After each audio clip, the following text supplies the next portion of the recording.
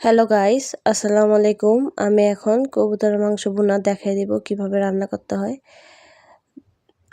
শিখে নিন কিভাবে কবুতরের মাংস ভুনা করতে হয়। তার জন্য আমি তেল দিয়ে দিলাম, 1 কাপ পরিমাণে পেঁয়াজ দিয়ে দিলাম, একটা টমেটো কুচি দিয়ে নিয়েছি। এখন এটা সুন্দর মতো নাড়াচাড়া দিয়ে মশলাটা একটু ভেজে নিব পেঁয়াজটা। তো এখন আমি বাকি উপকরণগুলো দিয়ে দিচ্ছি। এখন আমি আদা রসুন বাটা দিয়ে দিলাম 1.5 চামচ পরিমাণে।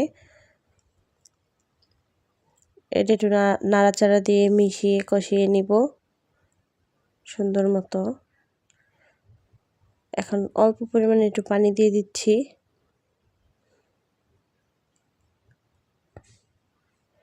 তো খুব সুন্দর মতো কষানো হয়ে যাচ্ছে। এখন আমি হলুদের গুঁড়া দিয়ে দিচ্ছি আধা চামচ পরিমাণে, মরিচের গুঁড়া দিয়ে দিচ্ছি আধা চামচ পরিমাণে,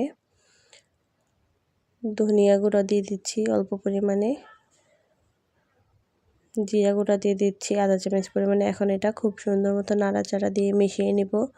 খুব সুন্দর মতো একটা কষিয়ে নিব রান্নাটা সুন্দর করে। এখন আমি কবুতরের মাংসগুলো দিয়ে দিচ্ছি।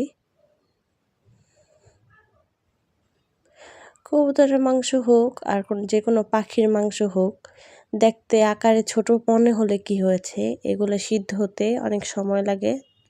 পানিটা একটু বেশি দিতে হয়, খুব সুন্দর মতো কষিয়ে নিতে হয়। তো আমি খুব সুন্দর মতো কষিয়ে নিয়ে এখন আমি পরিমাণ মতো পানি দিয়ে দিচ্ছি। অনেকক্ষণ লাগিয়ে জাল দিয়ে নিতে হয়। তো আমি খুব সুন্দর মতো নাড়াচাড়া দিয়ে রেখে দিয়েছিলাম ঢাকনা দিয়ে। ঢাকনায় উঠিয়ে এখন আমি লবণ দিয়ে দিচ্ছি। লবণটা আপনাদের পরিমাণ মতো দিয়ে দিবেন। এখন আমি ঢাকনা দিয়ে আবার রেখে দিব 10 মিনিটের জন্য। এরকম মজার মজার রান্নার ভিডিও পেতে হলে আমাদের চ্যানেলটা অবশ্যই সাবস্ক্রাইব করবেন।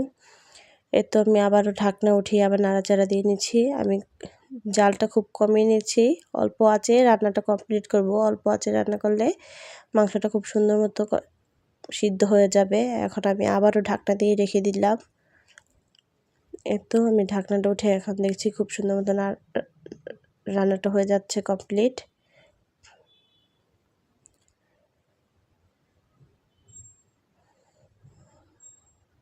তো রান্নাটা কমপ্লিট হয়ে গেছে। এখন আমি খুব কাছ থেকে আপনাদের দেখিয়ে দিব।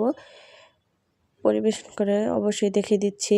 খুব সুন্দর একটা কালার আসছে আর খেতে খুব মজা লাগছে। আজকের মতো এখানেই বিদায় নিচ্ছি। আল্লাহ হাফেজ, ভালো থাকবেন, সুস্থ থাকবেন।